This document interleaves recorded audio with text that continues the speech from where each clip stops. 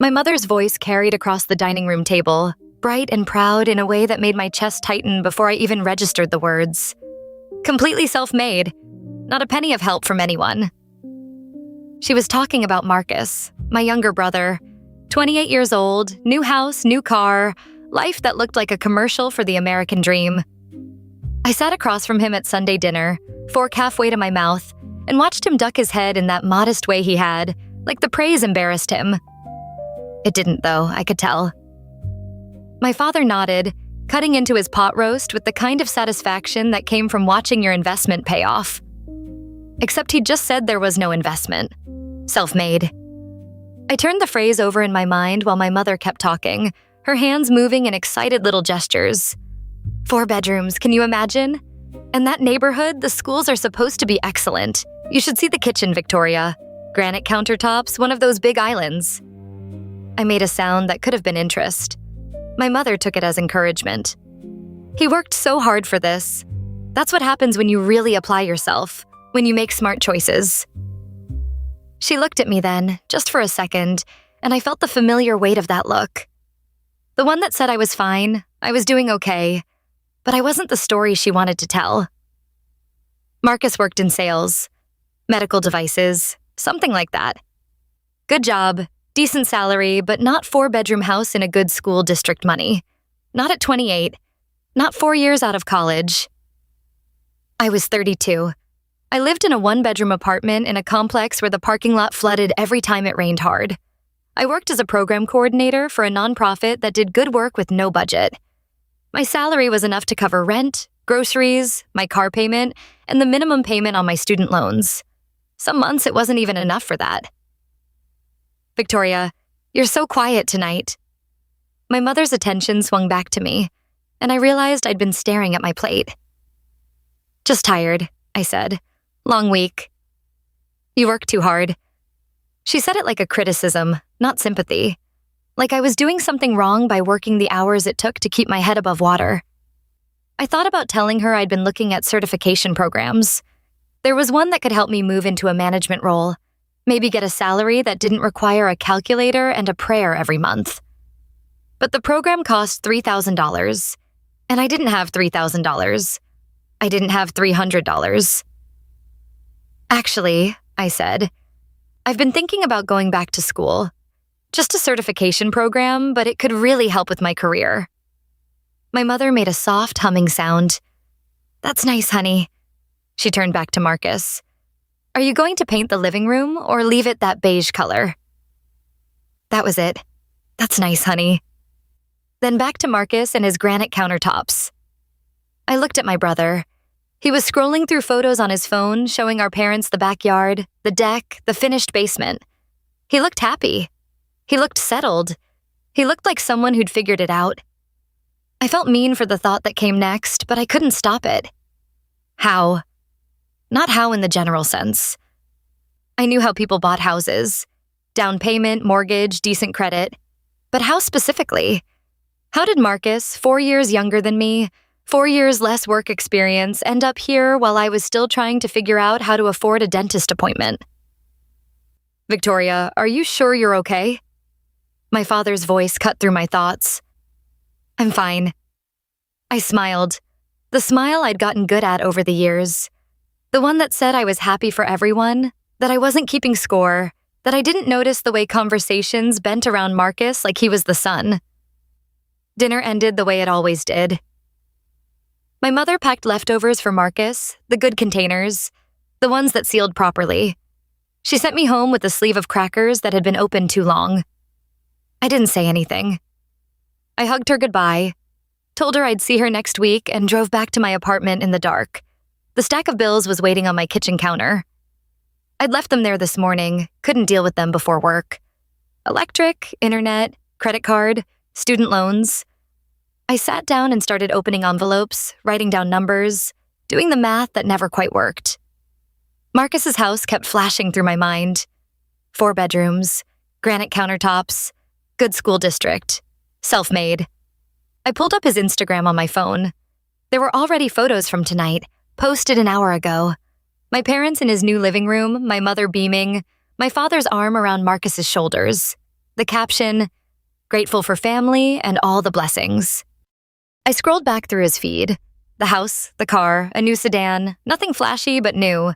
A vacation last year, somewhere tropical. Dinner out, nice restaurants, the kind where entrees cost what I spent on groceries for a week. I opened my banking app, looked at my balance. $412. Payday was Friday. Rent was due Tuesday. I thought about 5 years ago, when I'd asked my parents for help with grad school. I'd been so careful about it, so apologetic. I explained that I'd gotten into a good program, that it would help my career, that I just needed help with the first semester. After that, I could take out loans, I could work, I could manage. My mother had said no before I even finished asking. "You need to be independent, Victoria. We can't enable dependence. This is for your own good." My father had nodded. "Struggle builds character. You'll be stronger for this." I'd taken out loans, I'd worked 2 jobs, I'd made it through 1 semester before my hours got cut at my weekend job and I couldn't keep up. I'd withdrawn, kept the debt, lost the dream. Marcus had graduated college debt-free. I'd assumed scholarships. He was smart, it made sense. But now, sitting in my apartment with my bills spread across the counter and his Instagram glowing on my phone, I wasn't sure anymore. The math didn't add up. And for the first time, I let myself really look at that. Really ask the question I'd been avoiding, because asking it felt petty, felt jealous, felt like I was the problem. How did Marcus buy a house at 28? I didn't have an answer. But I was starting to think I needed one. The question followed me through the next week like a shadow I couldn't shake. I went to work Monday morning, sat at my desk in the cramped office I shared with 2 other coordinators, and tried to focus on the grant application that was due Friday. Our nonprofit ran after-school programs for kids in underserved neighborhoods. Good work, important work. Work that paid $38,000 a year before taxes. I'd been there for 4 years. There had been 1 raise, 2%, barely enough to keep up with rent increases. My boss was kind but perpetually stressed. The organization survived on grants that had to be reapplied for every year, donations that came in unpredictable waves, fundraising events that barely broke even. There was no room for advancement unless someone left. And no one ever left because nonprofit jobs were hard to find and we all believed in the mission enough to stay even when our bank accounts said we shouldn't. I ate lunch at my desk. Peanut butter sandwich, apple, coffee I'd made at home and brought in a thermos. I'd gotten good at small economies. I knew which grocery stores had the best sales, which brands were cheap but decent, how to make 1 chicken breast stretch across 3 meals. I hadn't bought new clothes in over a year. My work wardrobe was a rotation of the same 5 outfits, carefully maintained, stain-treated immediately, hung to dry to make them last longer. I got my hair cut at the beauty school where students practiced on live models for $15. These weren't things I talked about.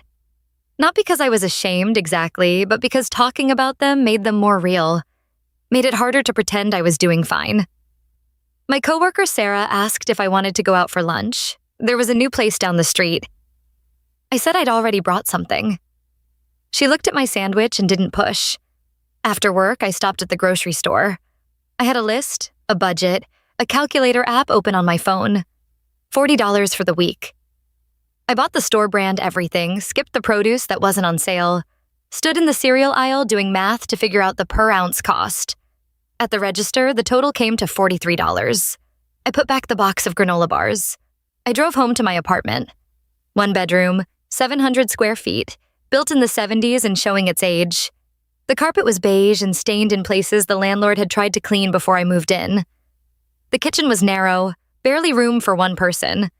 The bathroom fan made a grinding noise that maintenance said was normal. But it was mine. My name on the lease. My furniture, most of it secondhand but chosen carefully. My books on the shelf I'd assembled myself. My plants on the windowsill. My life contained in 700 square feet that cost $1,200 a month. I put the groceries away and sat down at my kitchen table with my laptop. I'd been looking at the certification program for weeks, reading the course descriptions, imagining the job titles I could apply for with that credential after my name. Program manager, director of operations, salaries in the $50,000 range, maybe more. The program cost $3,000. Payment plans available, but even the monthly payment was more than I had room for in my budget. I closed the laptop. My phone buzzed. A text from my mother. "Dinner was so nice on Sunday. Marcus is doing so well. You should visit his new house sometime." I stared at the message, typed and deleted 3 different responses. Finally sent back, "Sounds good." I thought about Marcus. Not with anger, not yet. Just with a kind of careful attention I hadn't allowed myself before. He was 4 years younger. He'd gone to the same state school I had, graduated with a degree in business. He'd gotten a job right away, something entry-level at a medical supply company, worked his way up to sales. He was good at it, personable, easy to like. He'd lived at home for a year after college. I remembered that. My mother had said it was practical. Why pay rent when he was saving for his future? I'd moved out at 22, right after graduation. My mother had said it was time for me to be independent. Different standards. I'd noticed that before, but I'd always explained it away. Marcus was the baby. Marcus needed more support. Marcus was figuring things out. But he'd been figuring things out in a house with no rent, no utilities, no grocery bills. For a year. Maybe longer. I couldn't remember exactly when he'd moved out. I pulled up a calculator. If Marcus had saved even half his salary that year, living at home, no expenses, that was $20,000. Maybe more. I'd been paying rent, utilities, groceries, student loans from day one. The math was starting to come into focus, and I didn't like what it was showing me. I opened Instagram again, scrolled back through Marcus's posts. The house showed up 6 months ago. Before that, an apartment, nice but not extravagant. Before that, photos from college, from home, from family vacations I'd been too busy working to attend. There was a photo from 3 years ago. Marcus standing in front of a car, new, his arm around our father's shoulders. The caption, "Upgraded the ride, feeling blessed." I zoomed in on the photo. The car was new, not used, not a few years old, new. Sales jobs paid commission, but Marcus had only been working for a year at that point. How did he afford a new car? I thought about my own car. 10 years old, bought used, paid off finally after 5 years of monthly payments that had stretched my budget to breaking. It made a rattling sound when I accelerated too fast. The air conditioning only worked on the highest setting. I'd been proud of that car when I bought it. Proud that I'd done it myself, that I'd made the payments, that I'd figured it out. Now I was wondering what I'd been proud of. Surviving? Managing? Making it work with no help while Marcus got a new car at 25? My chest felt tight. I stood up, paced my small living room, tried to shake the feeling that was building. It wasn't jealousy, or it wasn't just jealousy. It was something sharper. Something that felt like betrayal, but I didn't have proof yet. Just a pattern I was starting to see. Numbers that didn't add up. A story my mother kept telling that didn't match the evidence. Self-made. I sat back down at my laptop, opened a new tab, typed in the address of Marcus's new house, pulled up the property records. My hands were shaking. I told myself I was being paranoid. I told myself I was making something out of nothing. I told myself that even if our parents had helped him, that was their choice, their money, none of my business. But I couldn't stop. The property record loaded. Purchase price, $420,000. I did the math. Standard down payment, 20%, $84,000. Marcus was 28. He'd been working for 6 years. I sat back in my chair and stared at the screen. There was no way. No possible way he'd saved $84,000 in 6 years. Not on a sales salary. Not even a good one. Someone had helped him. And I was starting to have a very clear idea of who. I didn't plan to find proof. That's what I told myself later, when the guilt tried to creep in. I wasn't snooping. I was helping. My mother called on Wednesday. She needed help with paperwork for a refinance on the house. Something about interest rates, saving money, documents that needed to be organized. She got flustered with financial paperwork, always had. Usually she asked my father, but he was traveling for work. "Could you come by Saturday morning? It won't take long, I just need someone to help me make sense of all these papers." I said yes. I always said yes.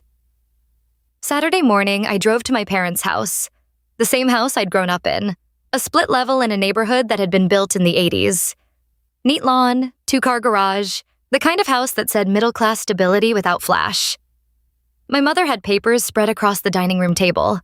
Bank statements, tax returns, the refinance application with its dozens of pages of fine print. "I don't know why they make these things so complicated," she said, handing me a folder. "I just need to organize everything by year, and then there's a checklist somewhere." I sat down and started sorting. My mother made coffee, brought me a cup. Then her phone rang. She glanced at the screen. "I need to take this. It's about the church fundraiser. I'll just be a few minutes." She disappeared into the kitchen. I heard her voice, bright and animated, talking about table arrangements and donation tracking. I kept sorting papers. Tax returns in one pile, bank statements in another, investment accounts in a third. My parents weren't wealthy, but they were comfortable. My father had worked in insurance for 30 years, steady income, good benefits. My mother had worked part-time as a bookkeeper until she retired 5 years ago. They'd always been careful with money. Not cheap, but deliberate. We'd taken vacations, but driving distance, budget hotels. We'd had what we needed, but not excess. That's what I'd thought anyway. I reached for another folder in the stack my mother had pulled from the filing cabinet. This one wasn't labeled with a year. It had a name tab, Marcus. I should have set it aside. Should have called my mother back in, asked her what she wanted me to do with it. I opened it.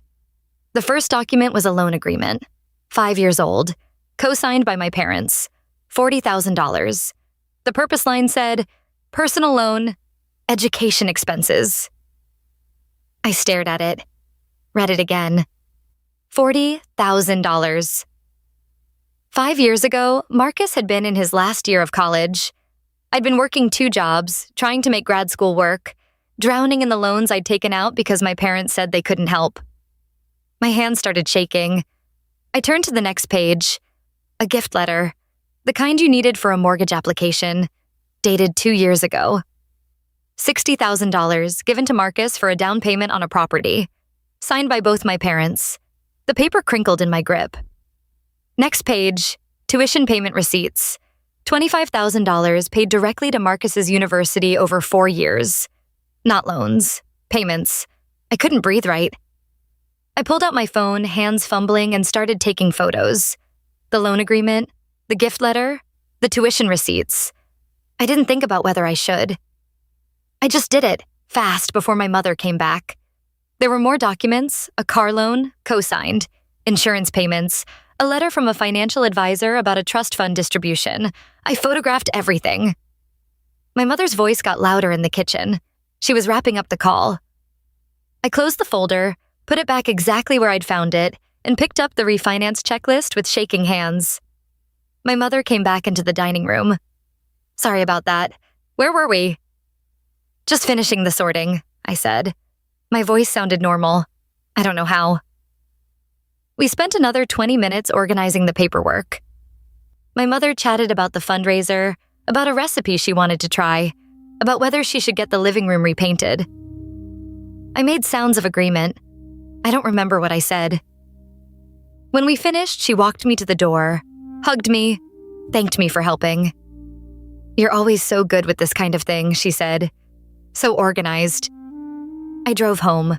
I don't remember the drive. I sat in my apartment, pulled up the photos on my phone, and started adding numbers. $40,000 for the personal loan, $60,000 for the down payment, $25,000 for tuition. The car loan was another $15,000. Insurance, I estimated another $10,000 over the years. The trust fund distribution was $20,000, $170,000. I stared at the number, checked my math, added it again. $170,000 given to Marcus over the last 5 years. While I was being told that asking for help would make me dependent, that struggle built character, that they couldn't enable me. I thought about the grad school conversation. I'd asked for help with 1 semester, maybe $8,000. I'd promised to pay it back. I'd had a plan. My mother had said no before I finished asking. I pulled up my email, searched for the conversation from 5 years ago. Found it. "Victoria, "We love you, but we can't support this decision. You need to learn to stand on your own feet. This is for your own good. We believe in you, and we know you can do this yourself." I read it 3 times. Then I opened the photos again, looked at the gift letter. $60,000. To our beloved son, Marcus, to help him build his future. The betrayal was physical. A weight in my chest, a tightness in my throat. It wasn't about the money, or it wasn't just about the money. It was about the lie. Self-made. My mother had said it with such pride. Not a penny of help from anyone. $170,000. I thought about every time I'd struggled. Every time I'd done the math and it hadn't worked. Every time I'd chosen between groceries and gas, between the electric bill and the credit card payment. Every time I'd felt like I was failing because I couldn't get ahead. I hadn't been failing. The game had been rigged from the start. I sat on my couch with my phone in my hands and felt something shift. Not anger yet. Anger would come later. This was colder, clearer. This was the moment I stopped making excuses for them. This was the moment I stopped believing their story. I looked around my small apartment, my secondhand furniture, my careful budget, my life built on the lie that I'd had the same chances as Marcus, that I just needed to work harder, be smarter, make better choices. I'd made fine choices. I just made them without $170,000 in family support. I opened a new document on my laptop and started a spreadsheet. Dates, amounts, sources. I typed in every number from the photos. I added notes. I made it clear, organized, undeniable. I didn't know what I was going to do with it yet, but I knew I wasn't going to pretend I hadn't seen it. The truth was out now, and I was done being the only one who didn't know it. I couldn't let it go. I knew I should. I knew the healthy thing would be to accept what I'd found, feel my feelings, maybe talk to a therapist, and move on. But I couldn't, because the numbers kept nagging at me. $170,000 was a lot, but it still didn't fully explain the house, the lifestyle, the ease with which Marcus seemed to move through the world. There had to be more. I started carefully. I didn't want to be obvious. Didn't want anyone to know I was looking. On Sunday, I called my Aunt Linda, my mother's older sister. We'd always gotten along. She lived 2 hours away, so I didn't see her often, but we texted sometimes, had lunch when she was in town. I kept my voice light. I saw Marcus's new house on Instagram. It's really nice.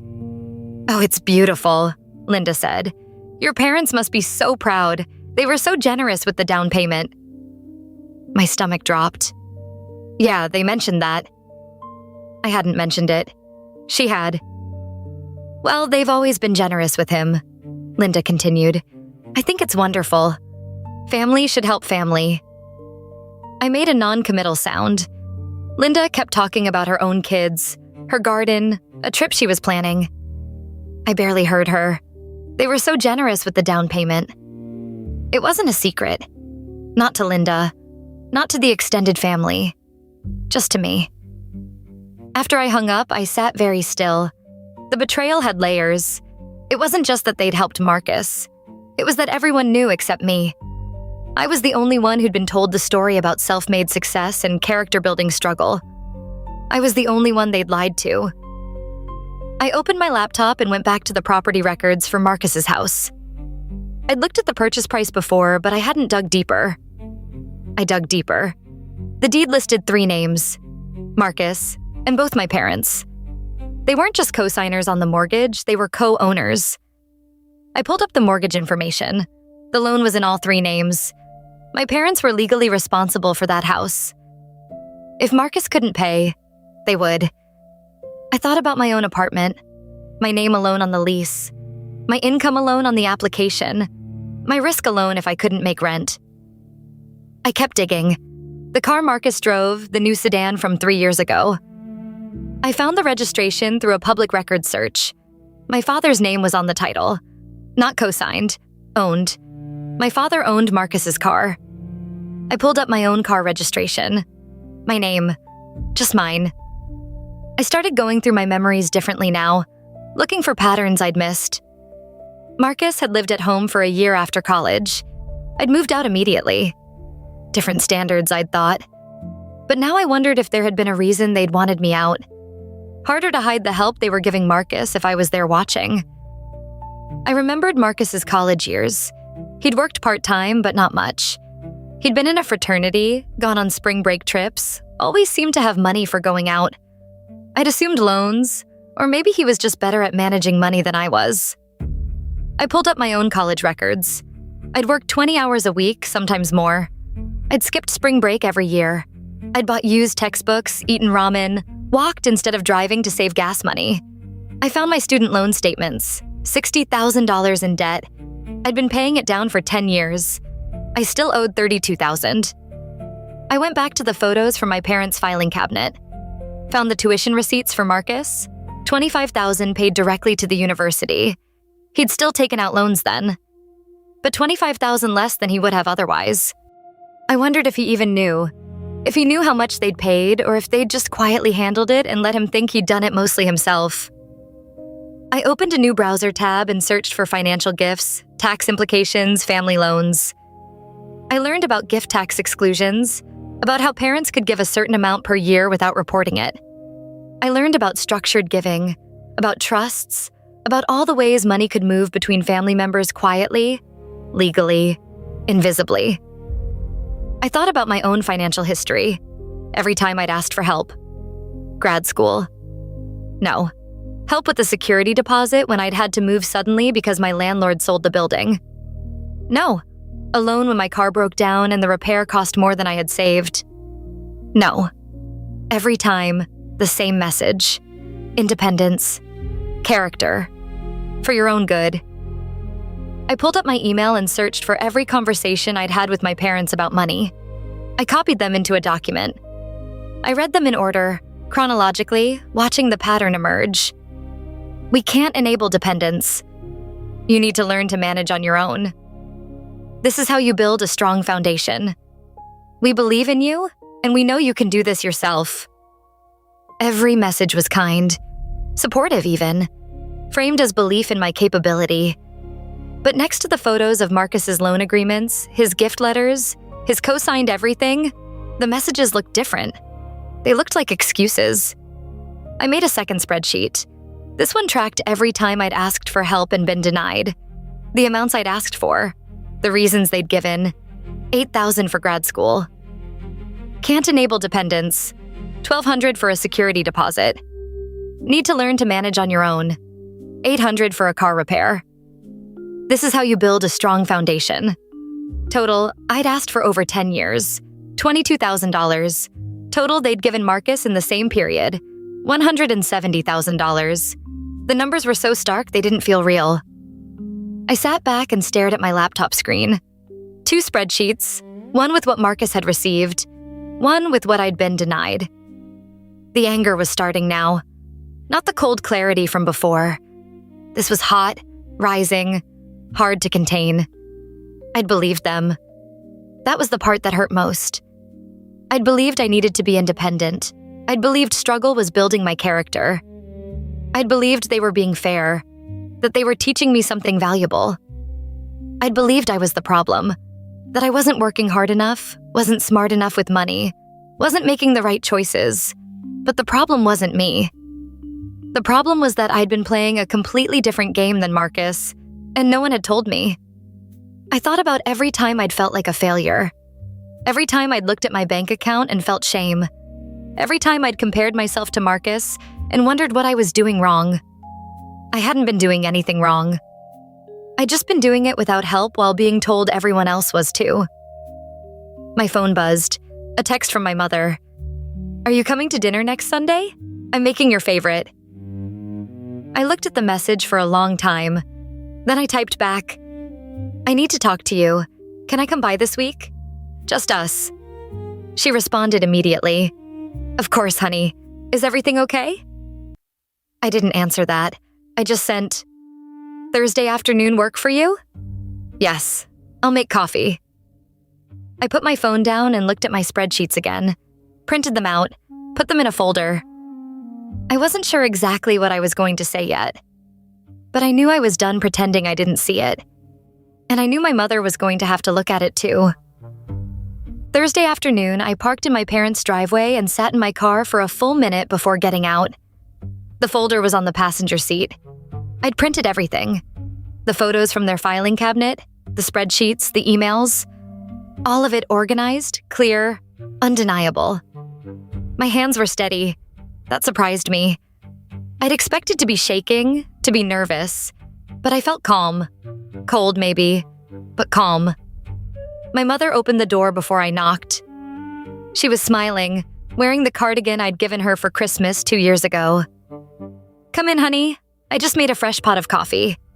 I followed her to the kitchen. She'd set out cups, cream, sugar, a plate of cookies she'd baked. The kitchen smelled like vanilla and cinnamon. It should have felt comforting. It didn't. "So what did you want to talk about?" She poured coffee, handed me a cup. "You sounded serious in your text." I set the folder on the kitchen table. Didn't open it yet. "I need you to explain something to me." Her smile faltered, just slightly. "Okay." I opened the folder, pulled out the first photo, the loan agreement, laid it on the table between us. "I found this when I was helping you with the refinance paperwork." My mother's face went pale, then pink, then carefully neutral. "Victoria, that's private. That's..." "I know, but I saw it, and I need you to explain it to me." She didn't pick up the paper, didn't look at it. "I don't know what you want me to say." "This is a $40,000 loan you co-signed for Marcus 5 years ago." My voice was steady, quiet. "The same year you told me you couldn't help me with grad school because it would make me dependent." Silence. I laid out the next document. The gift letter. $60,000 for his down payment. Next. $25,000 in tuition payments. Next. The car loan, the insurance, the trust fund distribution. I spread them across the table like evidence at a trial. $170,000, that I can document. There might be more. My mother's hands were wrapped around her coffee cup. She wasn't drinking it.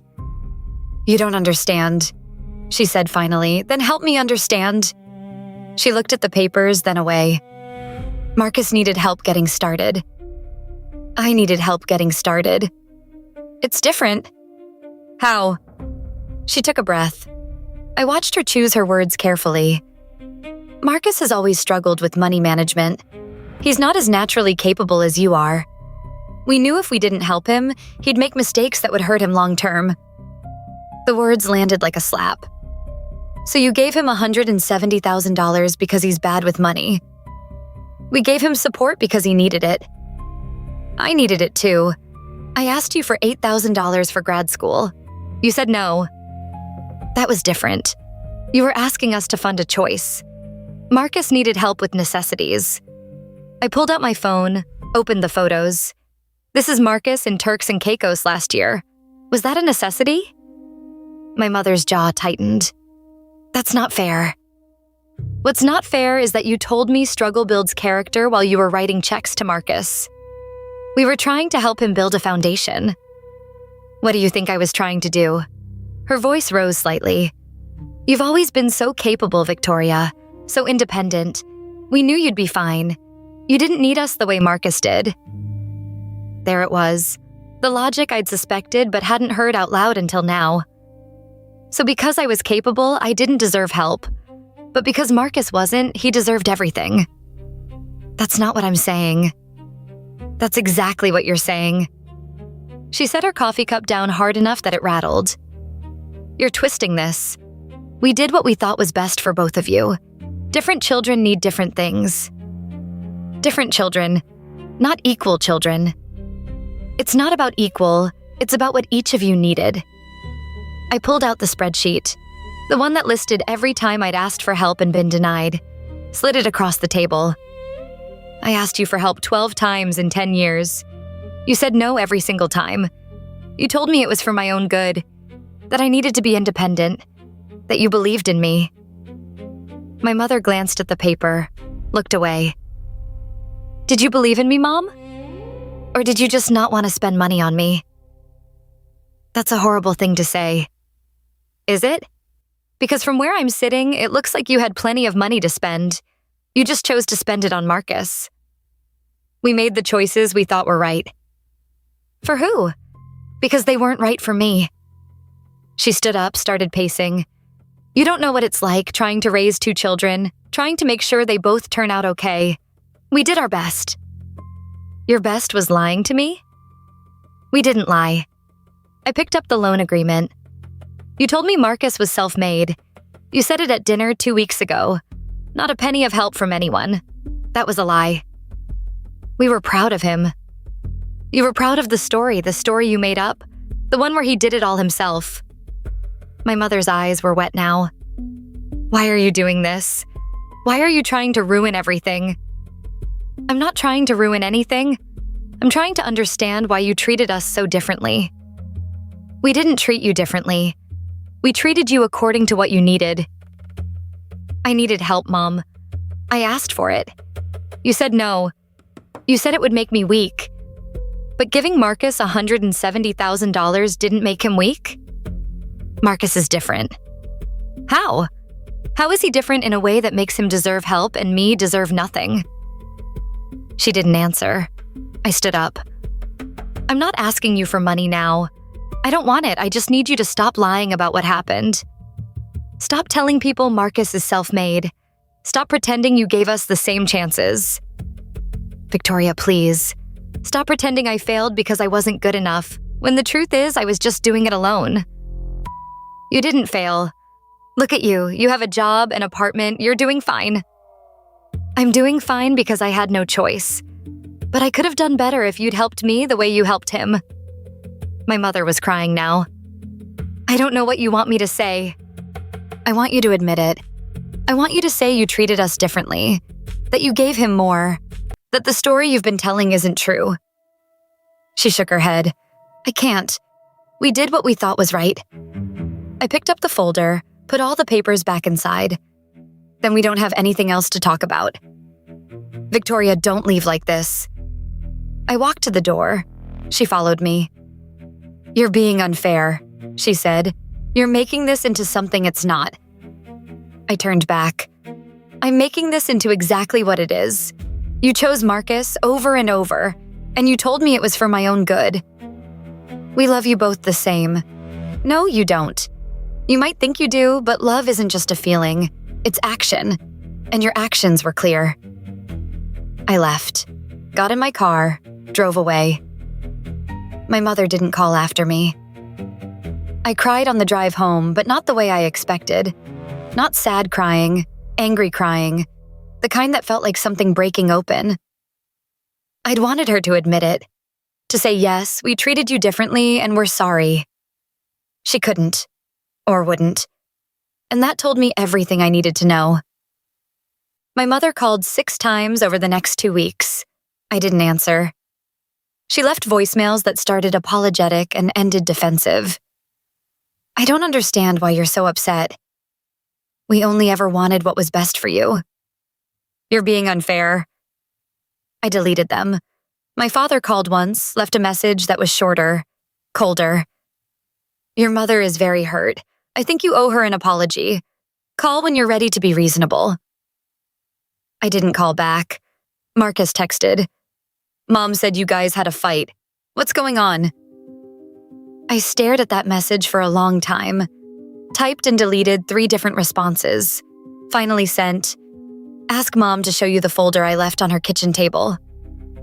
He didn't respond. 2 weeks after the confrontation with my mother, my father's birthday dinner was scheduled. It had been on the calendar for months. A reservation at the Italian place he liked, the whole family. I wasn't going to go. I'd decided that.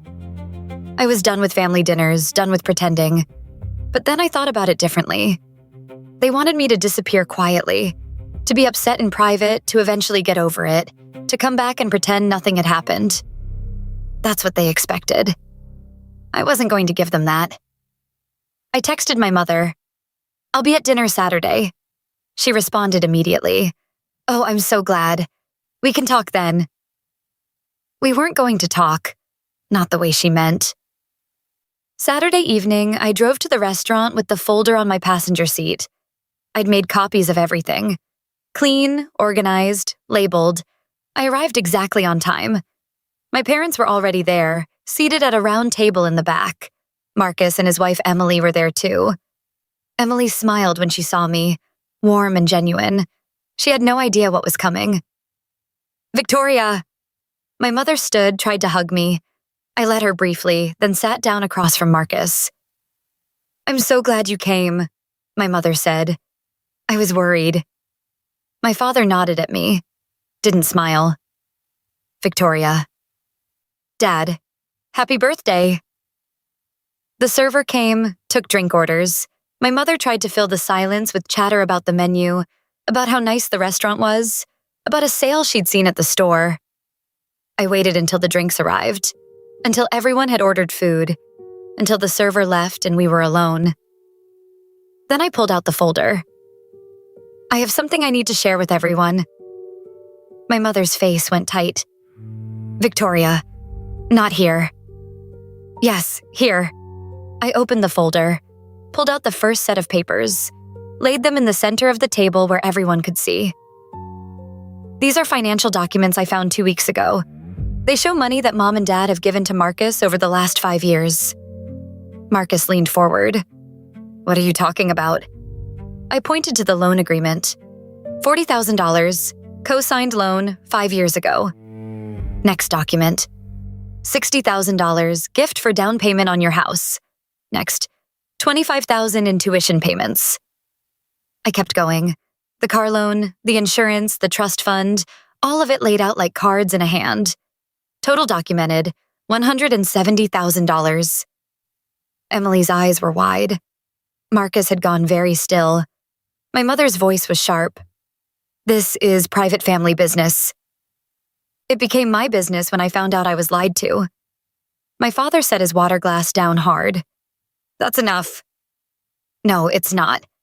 I looked at Marcus. 2 weeks ago at Sunday dinner, Mom said you were self-made. She said you bought your house with no help from anyone. That's not true. Marcus's face was red. "I didn't ask for all of that." "But you took it, and you let them call you self-made." "I didn't know it was that much." I pulled out the second spreadsheet, the one that tracked every time I'd asked for help and been denied. "While you were getting $170,000, I asked for help 12 times. Grad school, security deposits, car repairs. Every time they said no. They told me I needed to be independent. That struggle builds character. That asking for help would make me weak." I slid the spreadsheet toward my parents. But giving Marcus $170,000 didn't make him weak? My mother was crying. "You don't understand. Marcus needed more support." "Why? Why did he need more support?" "He's always struggled with money management." "So you gave him more money? How does that make sense?" My father's voice was cold. "We made the choices we thought were best for our family. We don't owe you an explanation. You owe me honesty.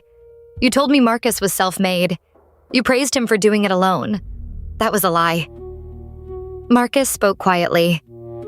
"I didn't know you'd asked them for help." I looked at him. "You didn't ask?" "I just assumed they helped us both." "They didn't." Emily touched Marcus's arm. She looked uncomfortable, like she wanted to be anywhere else. My mother reached across the table. "Victoria, please. You're ruining your father's birthday." "I'm not ruining anything. I'm telling the truth." "This isn't the place. There's never going to be a place. You've made that clear. You don't think you did anything wrong." My father stood up. "If you can't be civil, you should leave." "I'm being perfectly civil. I'm showing you evidence. I'm asking for honesty." "You're being vindictive. I'm being clear." I looked around the table. "I'm not asking for money. I don't want it now. I just need you to stop lying about what happened. Stop telling people Marcus did it alone. Stop pretending you gave us equal chances." My mother's voice broke. "We gave you what you needed. You were always so capable." "Being capable doesn't mean I didn't need help. It just meant I learned to survive without it." Marcus was staring at the documents. "I really didn't know it was this much." "Would it have changed anything if you did?" He didn't answer. I stood up. gathered the papers, put them back in the folder, left one copy on the table. I'm not coming to family dinners anymore. I'm not pretending this is okay. If you want a relationship with me, it starts with honesty. Admit you treated us differently. Admit the story you've been telling isn't true. Until then, I'm done. My mother was sobbing now. You're tearing this family apart. No, I'm not. You did that when you chose Marcus over and over and told me it was for my own good. I looked at my father. Happy birthday, Dad. I walked out of the restaurant. My hands were shaking now, adrenaline finally catching up. I sat in my car in the parking lot and waited for the guilt to hit, for the voice that said I'd gone too far, been too harsh, ruined everything. It didn't come. What came instead was clarity. I'd told the truth. I'd shown them the evidence. I'd asked for the one thing that mattered. Honesty. They couldn't give it to me. That wasn't my failure. It was theirs. I drove home with the windows down, cold air rushing in, and felt something I hadn't felt in weeks. Relief. I wasn't carrying their story anymore. I had my own. The calls started the next morning. My mother, 7 times before noon. I let them all go to voicemail. Listened to them later, once, then deleted them. Victoria, please call me back. We need to talk about this. You embarrassed us in front of Marcus and Emily. How could you do that? Your father is so upset. You need to apologize. I don't understand why you're being so cruel. The messages got progressively more desperate, then angry, then hurt. But none of them said the words I needed to hear. None of them said, "You were right. We treated you differently. We're sorry." My father didn't call. That hurt more than I expected. I thought maybe he'd be the one to see it, to admit it. But his silence was its own answer. Marcus texted on Sunday. Can we talk? I waited an hour, then responded, okay. Not on the phone. Can I come by?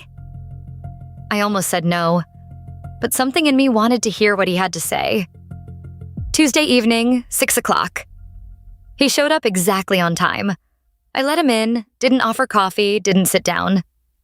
We stood in my small living room, awkward and careful. I didn't know, he said. I swear I didn't know it was that much. But you knew they were helping you? Yeah, I knew about some of it. The down payment, I knew that. And they paid for some of my tuition, I knew that too. But I didn't know about all the rest. The loans, the car, the insurance. I thought I was paying for most of that myself. I wanted to believe him. Part of me did. Did you ever ask if they were helping me? He looked down. No. Why not? I don't know. I just assumed they were. I thought that's what parents did. It is what parents do. For you. Victoria, I'm sorry. I really am. If I'd known they weren't helping you, I would have said something. Would you? He hesitated. I don't know. Maybe not. I was just trying to get by, you know? I wasn't thinking about it like a comparison. That's the problem. You didn't have to think about it. You just got help. I had to beg for it and get told no. I know. And that's not fair. I see that now. Do you? Because you still have the house they helped you buy. You're still driving the car they paid for. Seeing it and doing something about it are different things. What do you want me to do? Give it all back? I don't want you to do anything. I just want you to stop pretending you did it alone. He nodded slowly. Okay, I can do that. And I need space from all of you. I can't keep showing up and pretending this is fine. Mom's really upset. I know. She thinks you're being unfair. I know that too. He shifted his weight, uncomfortable. Are you going to come to family stuff anymore? No, not for a while, maybe not ever. That's going to be hard. For everyone. It's already hard. This just makes it visible.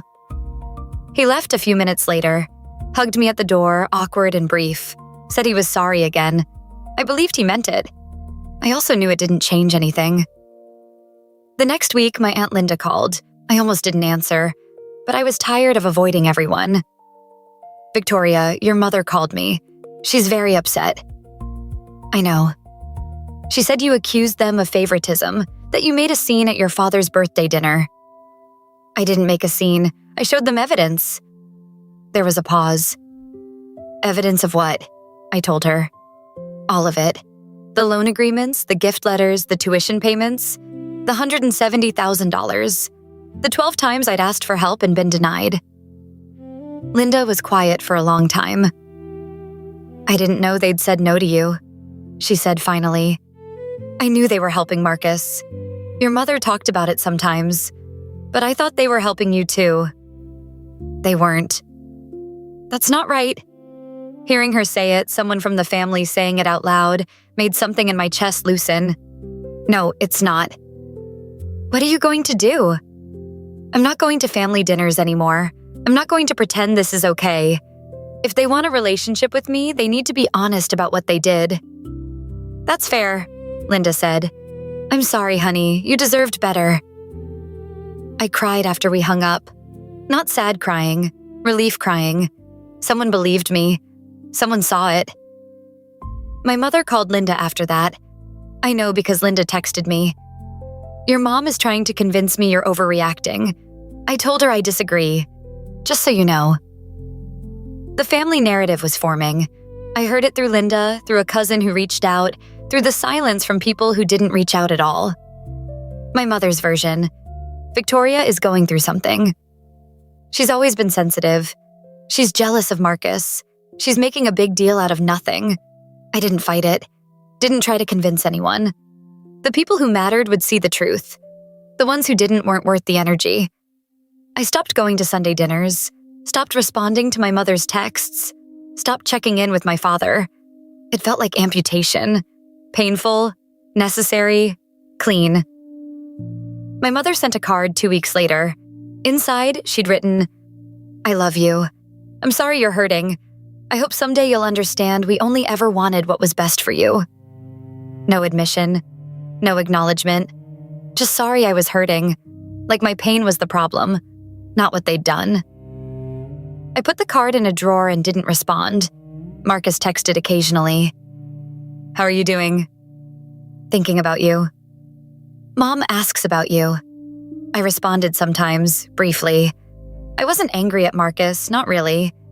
He'd been the beneficiary of a system he didn't create, but I also couldn't be around him without seeing the evidence of everything I'd been denied. The hardest part was holidays. Thanksgiving came. My mother called, asked if I was coming. I said no. She cried. I stayed firm. Christmas, same conversation, same answer. I spent both holidays with friends. It was strange being the person without family plans, but it was also easier than sitting at a table pretending everything was fine. People asked why I wasn't seeing my family. I kept the answer simple. "We're going through something right now. It's complicated." Most people didn't push. The ones who did, I told the truth. Not all of it, but enough. They treated my brother and me very differently. I asked them to acknowledge it. They won't. Some people got it immediately. Others looked uncomfortable, changed the subject. I learned who my people were. By February, the calls from my mother had slowed. Once a week, then every other week. The messages got shorter. "Just checking in. Hope you're well."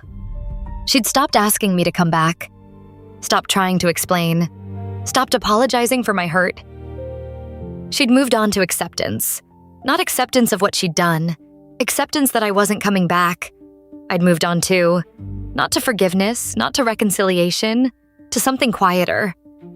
I'd stopped waiting for them to see it, stopped needing them to admit it. The truth was true whether they acknowledged it or not. And I was building a life that didn't require their approval. 3 months after the birthday dinner, I sat at my kitchen table on a Saturday morning with my laptop open and a cup of coffee going cold beside me. The apartment was quiet. Sunlight came through the window at an angle that made the worn spots on my secondhand couch look almost intentional. I'd lived here for 3 years. It wasn't much, but it was mine. On my screen, a budget spreadsheet. Not the one I'd made to document what my parents had given Marcus. This one was different. This one was mine.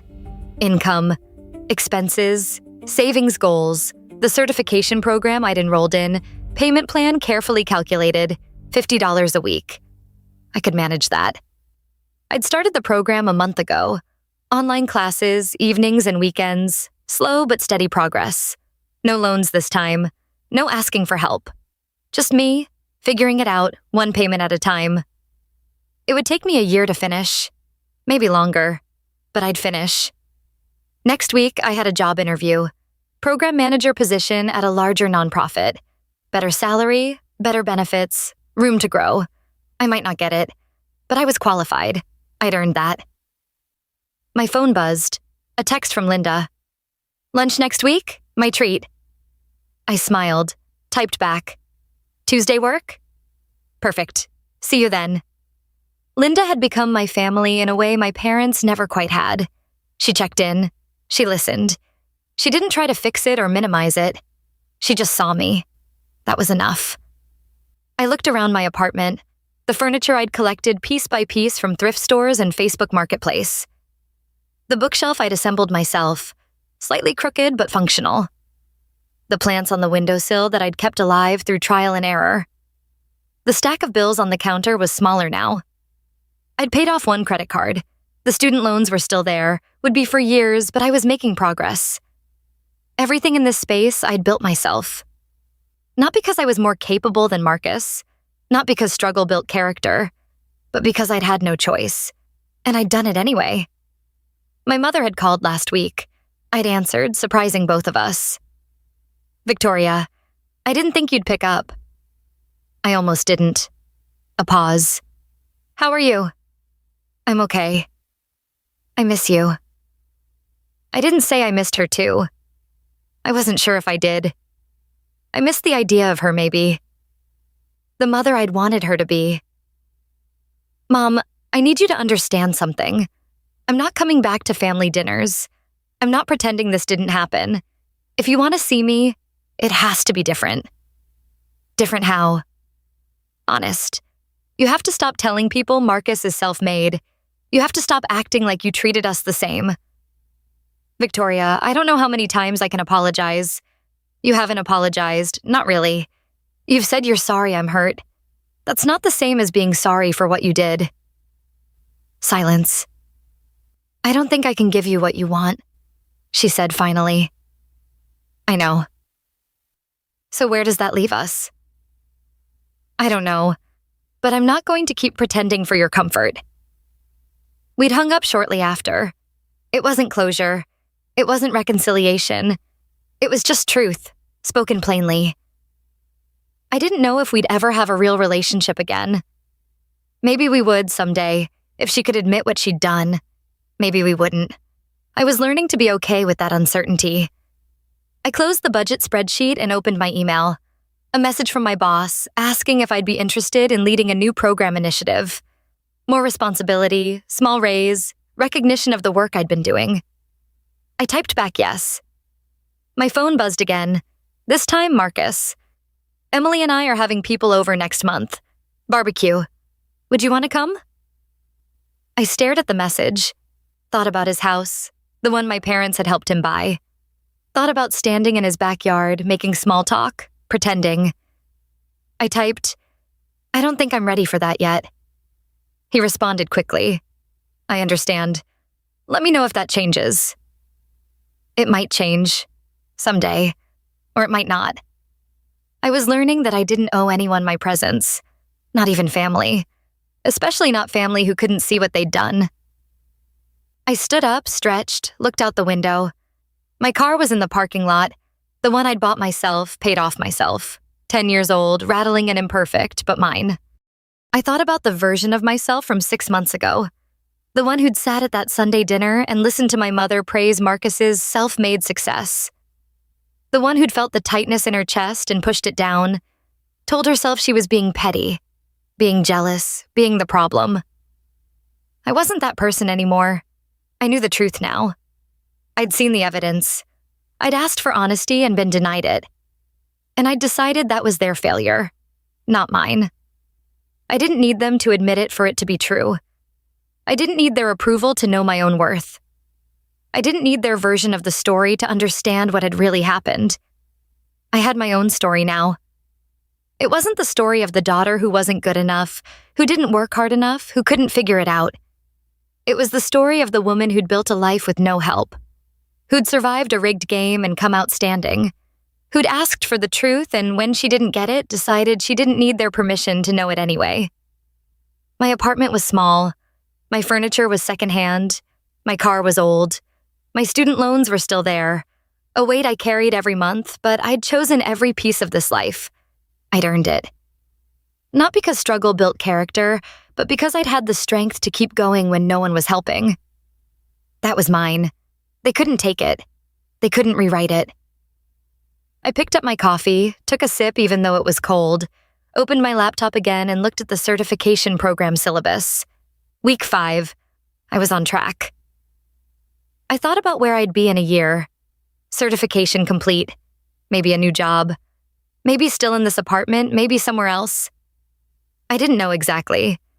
But I knew I'd get there the same way I'd gotten here. One careful choice at a time. One payment plan. One boundary held. One truth spoken. Without them. And that was enough. My phone was quiet now. No more texts, no more calls. Just me, in my small apartment, with my budget spreadsheet and my cold coffee and my life that I'd built from nothing. It wasn't much, but it was mine. Every single piece of it. And no one could tell me I hadn't earned it.